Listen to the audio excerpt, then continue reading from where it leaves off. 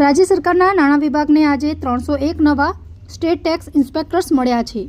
ગાંધીનગરમાં યોજાયેલા નિમણૂક પત્ર વિતરણ સમારોહમાં મુખ્યમંત્રી ભૂપેન્દ્ર પટેલ, નાયબ મુખ્યમંત્રી હર્ષ સંઘવી અને નાણામંત્રી કનુભાઈ દેસાઈએ નવનિયુક્ત યુવાનોને નિમણૂક પત્રો એનાયત કર્યા હતા.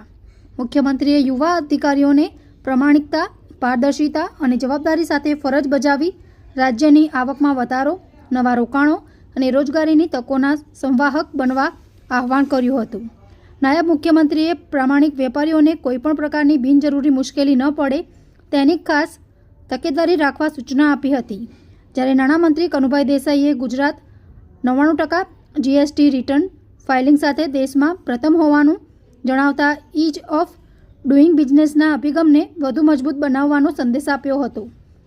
આ કાર્યક્રમમાં મુખ્ય સચિવ M.K. દાસ સહિતના અધિકારીઓ ઉપસ્થિત રહ્યા હતા.